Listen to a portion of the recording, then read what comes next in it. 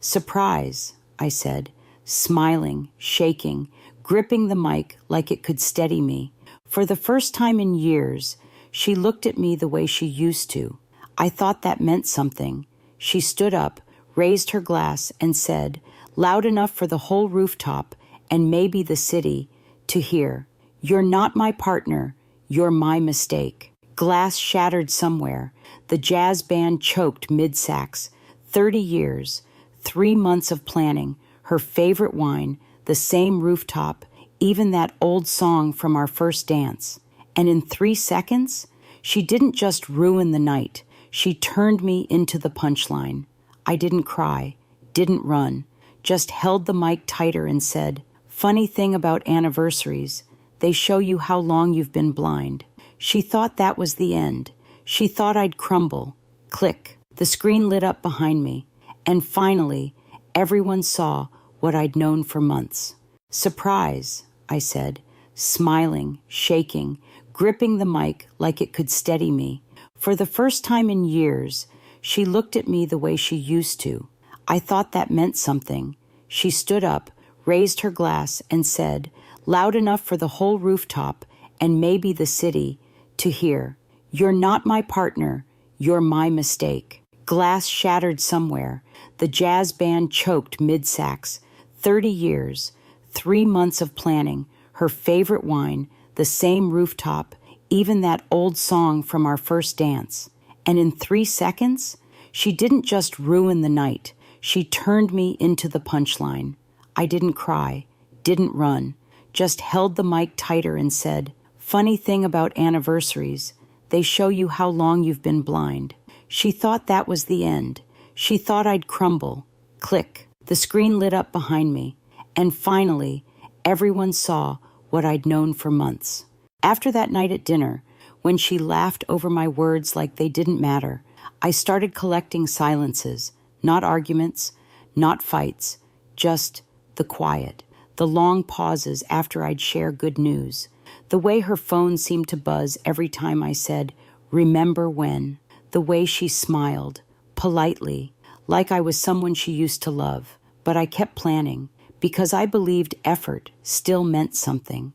Every Tuesday for 6 weeks, I met with the rooftop manager after work. I measured every table placement myself. I handwrote each invitation, 30 in total, because I wanted the number to match the years. I picked a dress in the exact shade of blue she wore when we first met. It took me 5 department stores and 1 tailor to get it just right. The hem still had a pin in it the night of the party. I didn't tell anyone. I booked the same jazz trio we used to listen to on Friday nights. They didn't remember us, but I remembered every note they played. I spent a week curating the slideshow, photos from 1993 to 2023, trips, movie tickets, business milestones, even the napkin from our first apartment where she scribbled, "Let's build something that lasts." I planned a toast, wrote and rewrote it 12 times. It ended with, "Here's to 30 years of not just staying, but choosing, over and over." I even had her favorite Merlot shipped in from Oregon, 3 bottles, just in case, and the lip gloss, Cherry Crush. They discontinued it in 2007, but I found it on eBay, wrapped it in white tissue, tied it with a silver ribbon. I left it beside her seat. Everything was perfect, or at least it was meant to be. And as the sun set behind those string lights, I felt something I hadn't felt in years, hope. I thought that night would be a tribute.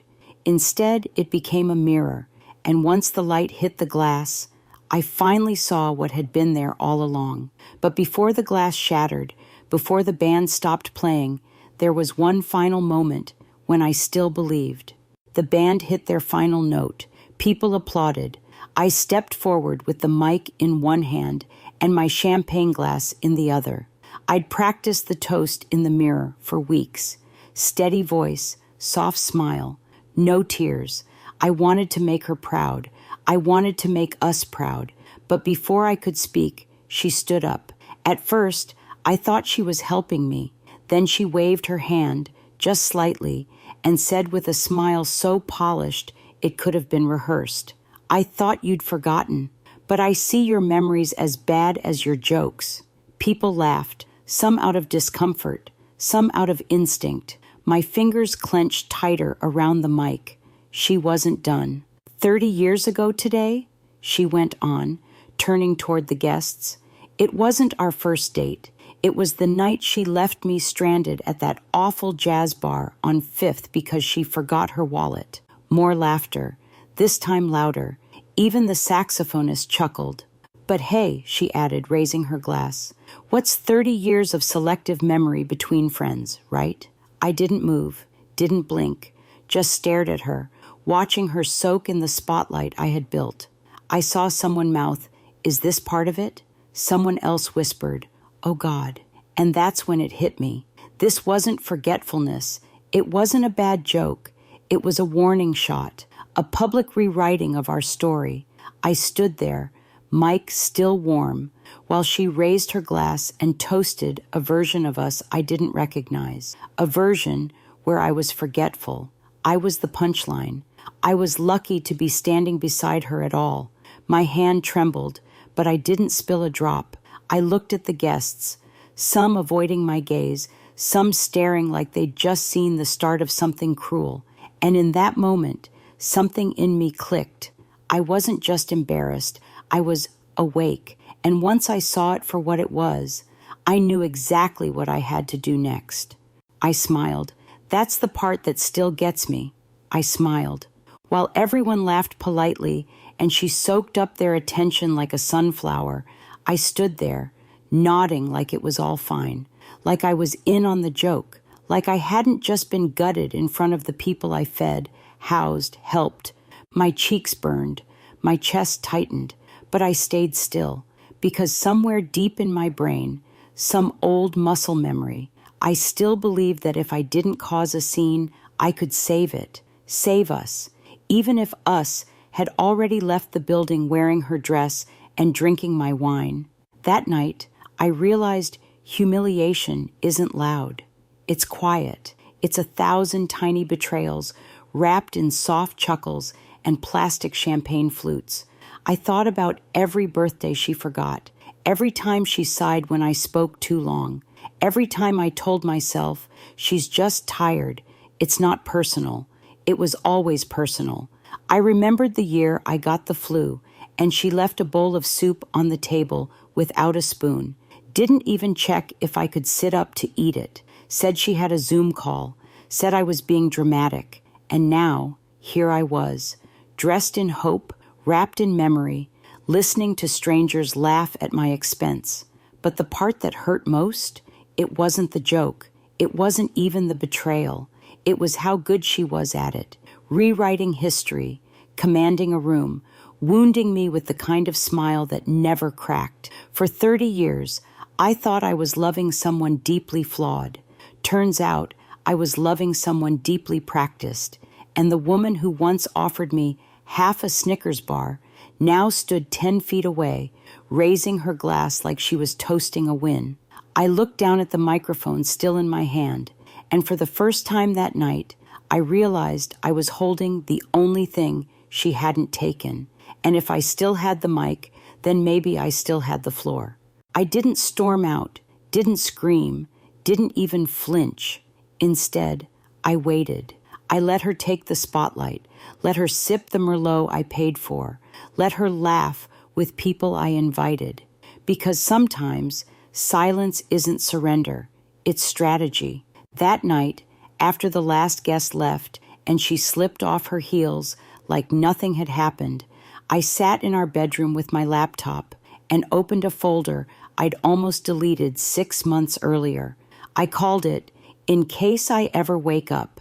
Inside were screenshots, text messages, one blurry photo of her and Rachel from book club leaving a hotel 3 towns over, a voice memo from a neighbor who just thought I should know, and a copy of an email, half written, never sent, where she asked a friend how long she'd have to be married to keep the house in the divorce. I hadn't looked at those things in months. I'd told myself it was just venting, that maybe I'd misread it all. that if I loved her enough, the evidence would somehow stop being true. But love doesn't erase lies. It just buries them. The next morning, while she scrolled Instagram like nothing had happened, I smiled and said I needed a few hours alone to soak in the magic of last night. She smirked, said I was sentimental, then went right back to her phone.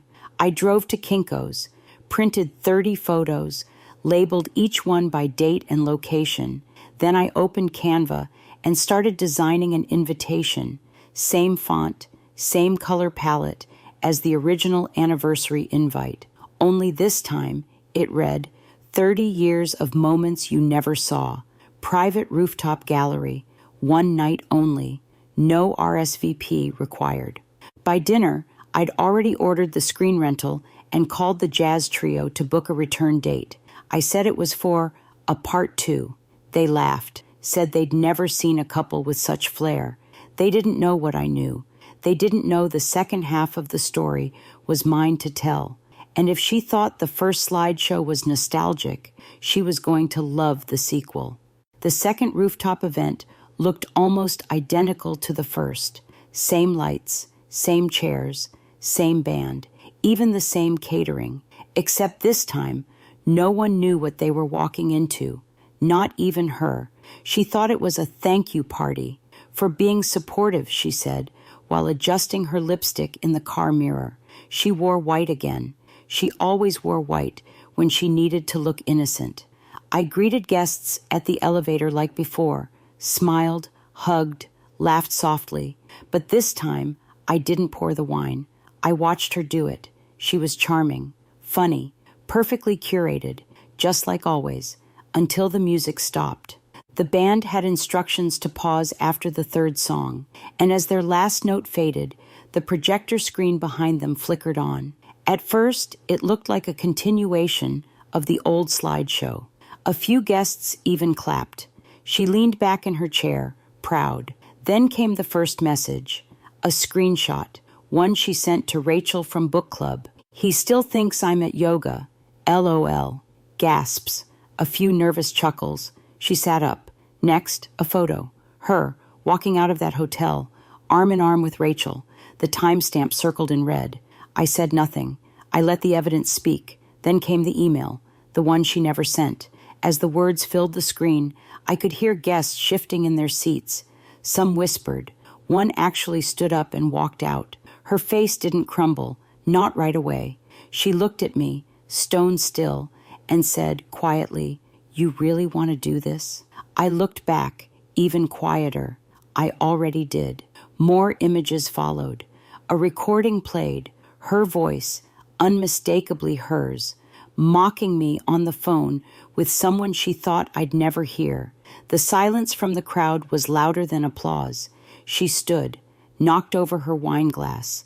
It shattered. Then she walked, fast, down the stairs. No goodbye, no explanation. I didn't follow. I just walked back to the mic, cleared my throat, and said, "Now that we've all seen what 30 years looks like, maybe it's time I show you what freedom sounds like." And I began the toast I never got to finish. But what happened after that toast? That's the part even I didn't see coming. The silence after my toast was thicker than applause. People weren't clapping. They were processing. Some wouldn't meet my eyes. Others stared like they were seeing me for the first time. Not the sidekick, not the background wife, the woman with the mic. It didn't take long for the whispers to start. By the time I stepped off the makeshift stage, 2 guests were already huddled near the punch bowl. One whispered, "Did you know?" The other shook her head slowly. I always thought she was the perfect one. Someone posted a clip to Facebook that night. Within 24 hours, it had over 40,000 views. By day 3, a boomer lifestyle group had reshared it with the caption, "Wife turns anniversary into evidence exhibit. Classy, cold, brilliant." Friends texted. Some said they wished they had my courage. Others admitted they were relieved it wasn't them. But not everyone cheered. Her sister called me vindictive, said I should have kept it private. that I made a scene. Maybe I did. But for 30 years, I avoided making a scene. And for what? So she could rewrite our story while I stayed polite?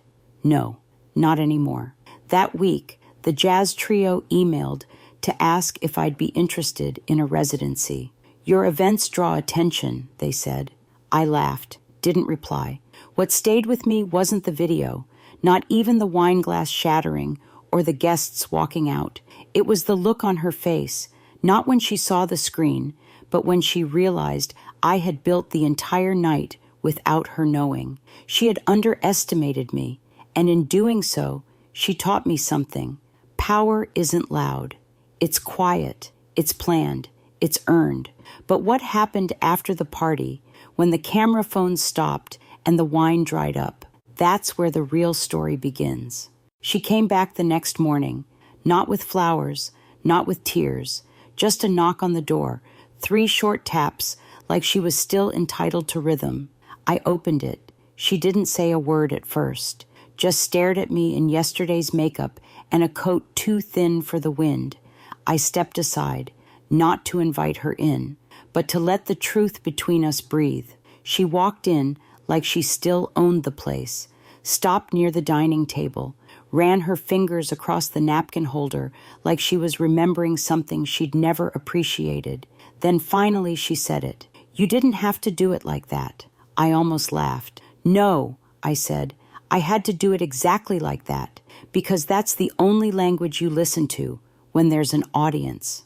She tried to respond.